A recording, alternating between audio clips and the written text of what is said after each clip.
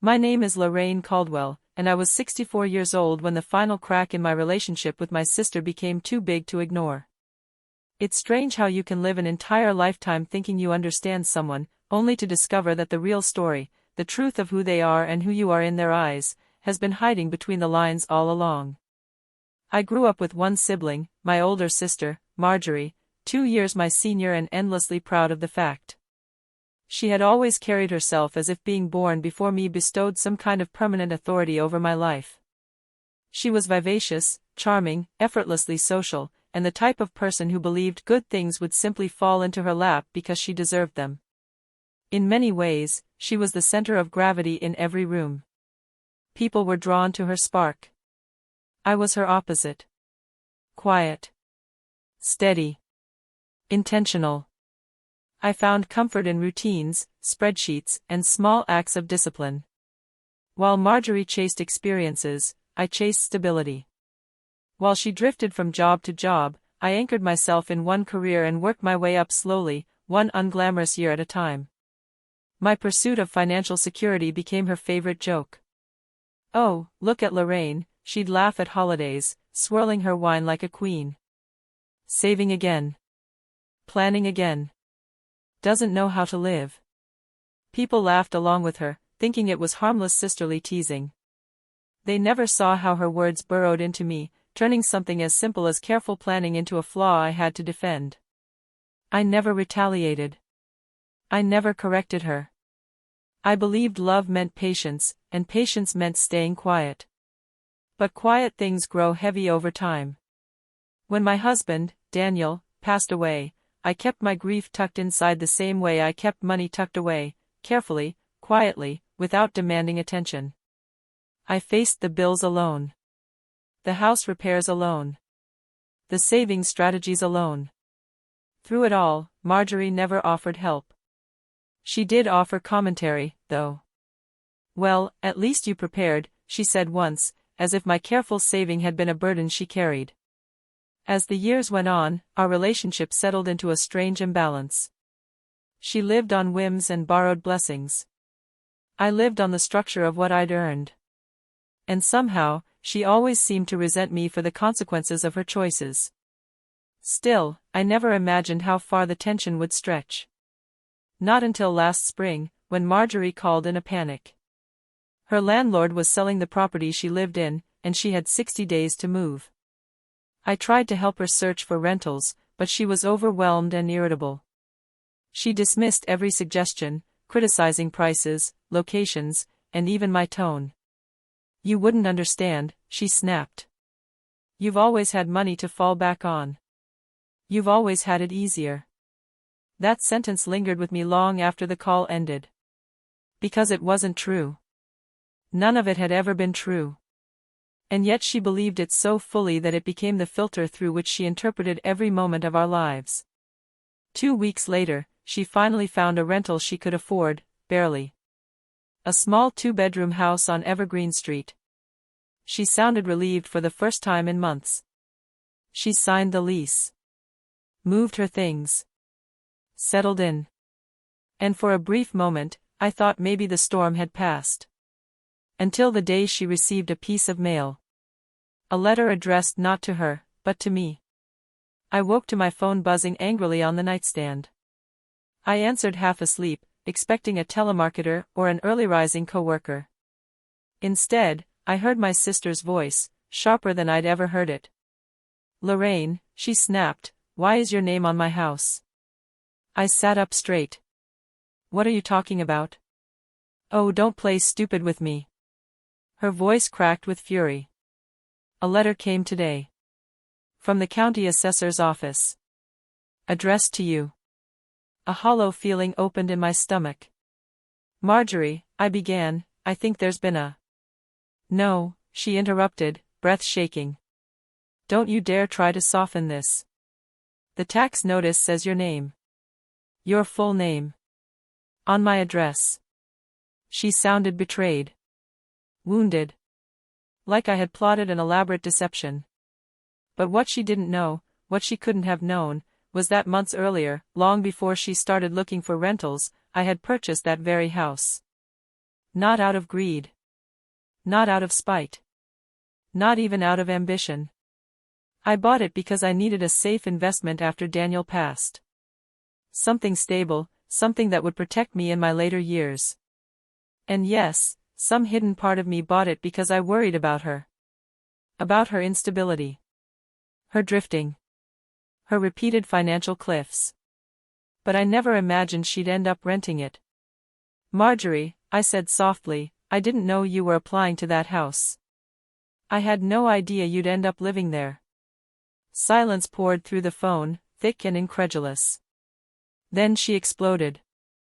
You expect me to believe that? That out of every rental in the city, I just happened to move into the one you own? You want me to think this wasn't some pathetic power play? It wasn't, I said.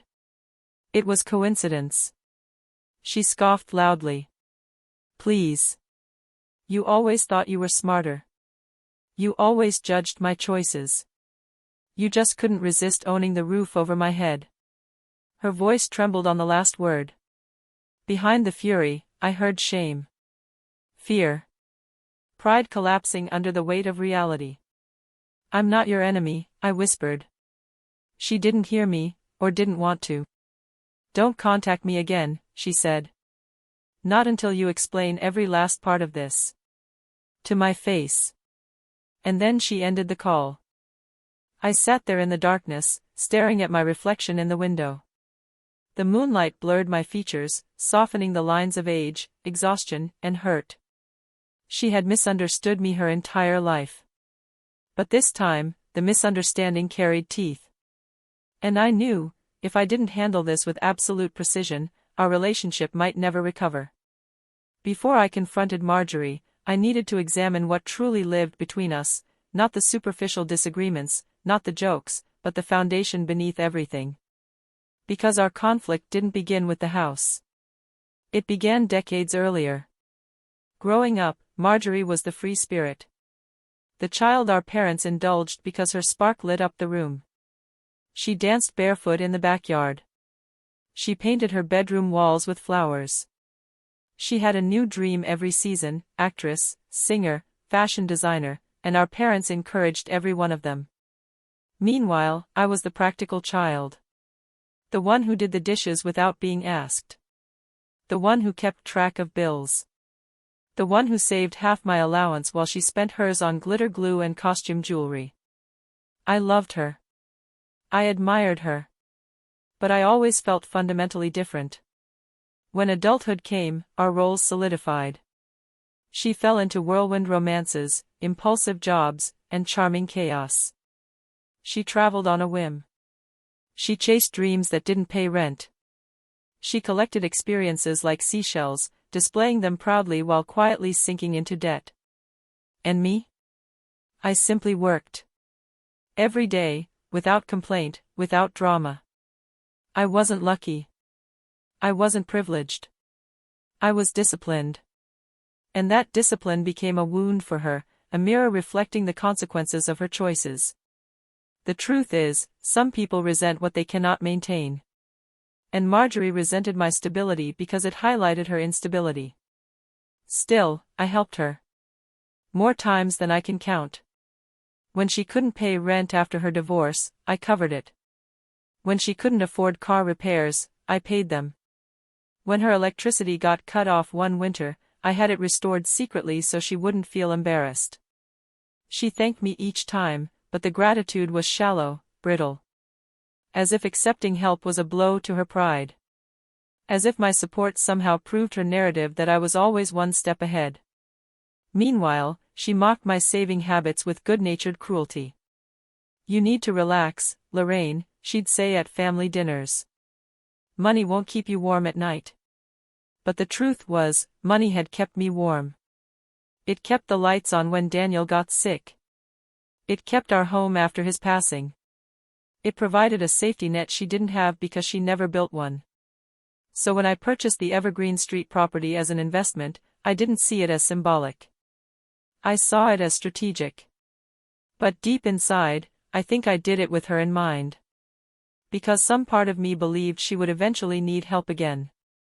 And I wanted to be prepared. Yet I never imagined she would see my quiet protection as betrayal. Now, armed with decades of unspoken resentment and misunderstanding, she was demanding answers. And for the first time in my life, I realized that to truly face her, I had to face the uncomfortable truth too. I had built a safety net she never asked for. And she had built resentment I never deserved.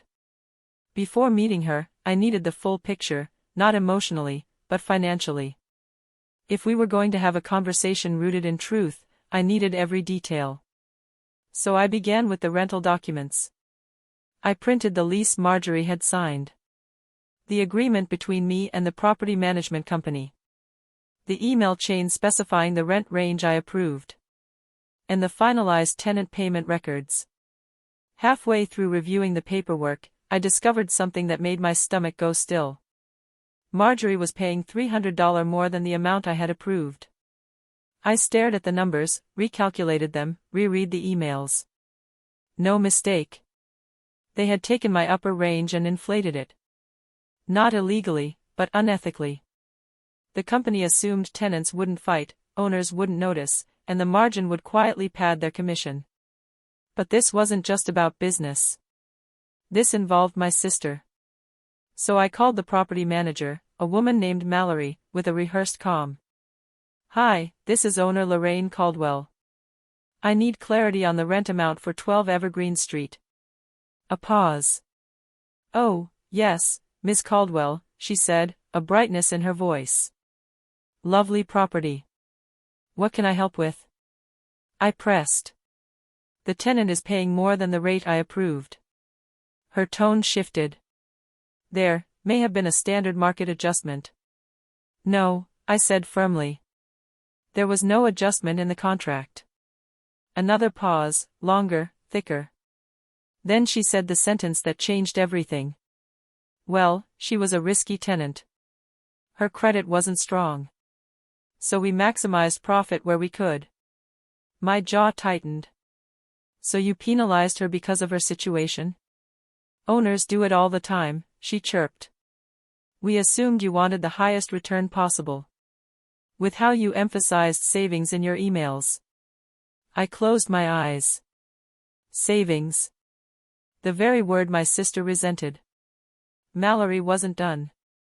"She called last week complaining about the rate, but we told her it was your decision." The world sharpened around me. "You told her what?" "That the owner set the rent. That's standard practice for tenant complaints." I breathed slowly to steady myself. "So she believes I intentionally overcharged her?" "Yes." "Is that an issue?" "It's a significant issue. Because now I understood Marjorie's fury. She thought I bought her house to control her. She thought I set unfair rent. She thought I wanted power. When the truth was much simpler. I had tried to create stability. The rental company had created a narrative of exploitation. And Marjorie filled in the rest with decades of resentment. I ended the call and immediately terminated their management contract. But the damage was already done. Marjorie believed I had betrayed her. Now the only way forward was full confrontation, face to face. I gathered the documents into a folder, drove to Evergreen Street, and walked up her porch steps with my heart pounding. Because what came next would either heal years of misunderstanding, or destroy our relationship completely. Marjorie opened the door before I even knocked. Her expression was a storm, red-rimmed eyes, clenched jaw, lips thin with anger she was barely holding in place. "Come in," she said coldly. I stepped inside. The house felt tense, as if the walls themselves were bracing for a fight. She crossed her arms. "Start explaining." I placed the folder on the kitchen table. "I didn't hide this to hurt you." "Oh please," she scoffed. "You've always judged me. You just found a new way to do it." "No," I said calmly. "I found a way to protect myself. And unintentionally, a way that could have protected you too." Her eyebrows shot up. "Protect me? Don't spin this like you're the hero." "I won't spin anything," I replied. "But I will show you the truth." She hesitated, arms tightening across her chest. I opened the folder. This, I said, sliding over the lease documents, is the rent I approved. This is the email confirming it. And this, I handed her the tenant payment summary, is what they actually charged you. She blinked. This is higher. Yes. Much higher. She studied the papers again, her confidence faltering. But Mallory said.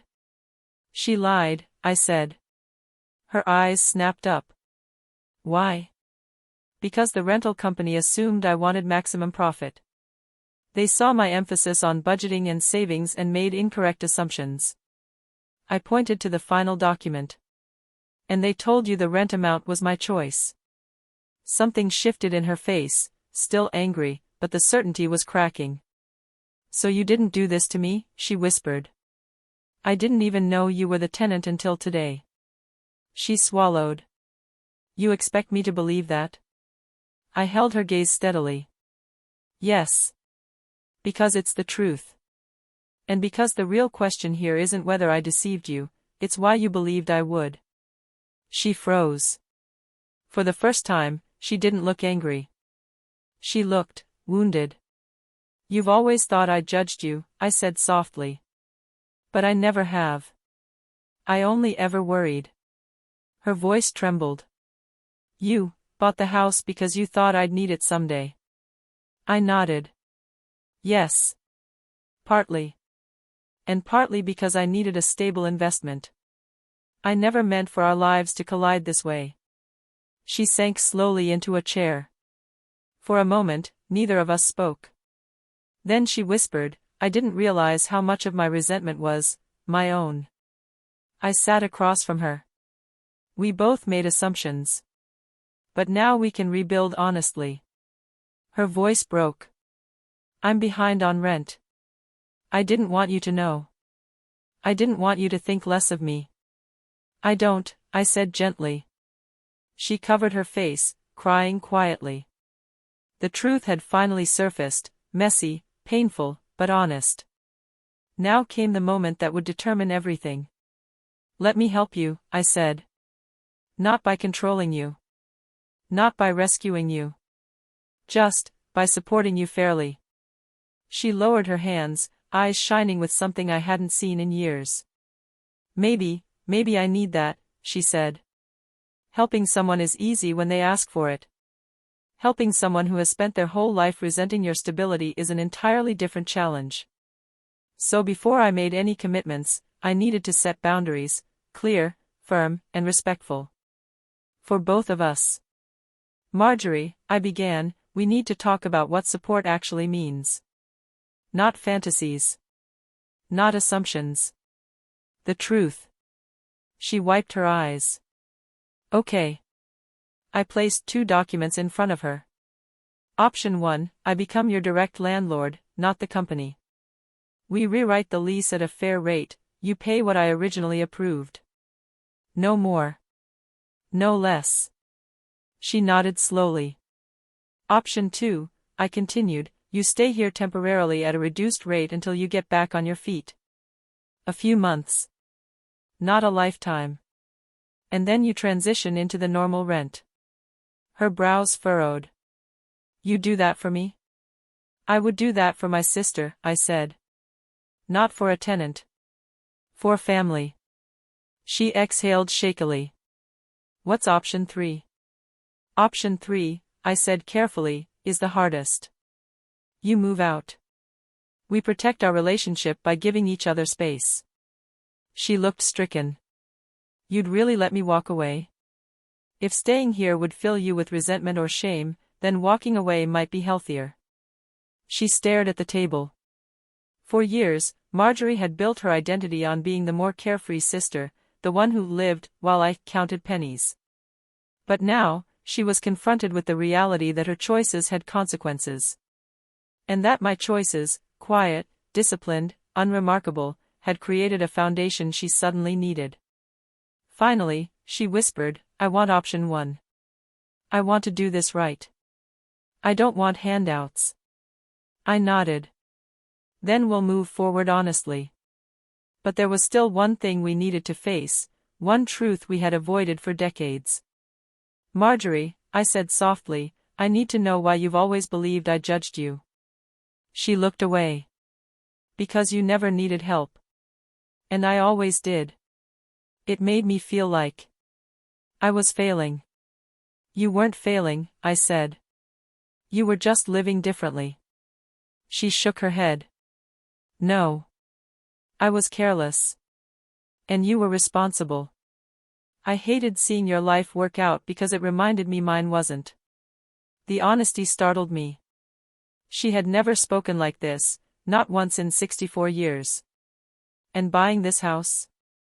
It terrified me, she continued. Because it meant you were once again doing something I couldn't. Something I never prepared for. And it made me feel like the little sister, not the older one. Suddenly, her anger made sense. All of it. Every joke. Every resentment. Every accusation. I never wanted to one-up you, I said. I just wanted to feel safe. And I wanted to feel equal, she whispered. We sat in silence, two sisters on opposite sides of a lifetime of misunderstanding. Then she said, I'm ready to fix this. Really fix it. And so was I. The weeks that followed were a quiet, steady transformation, both of the house and of our relationship. First, I severed ties with the rental company. They pushed back, but the contract violations made it easy. Once they were gone, the tension in Marjorie's home lifted noticeably. She stopped flinching every time she opened the mailbox. Next, we rewrote her lease at a fair rate. She insisted on paying the full amount I originally set, refusing discounts or favoritism.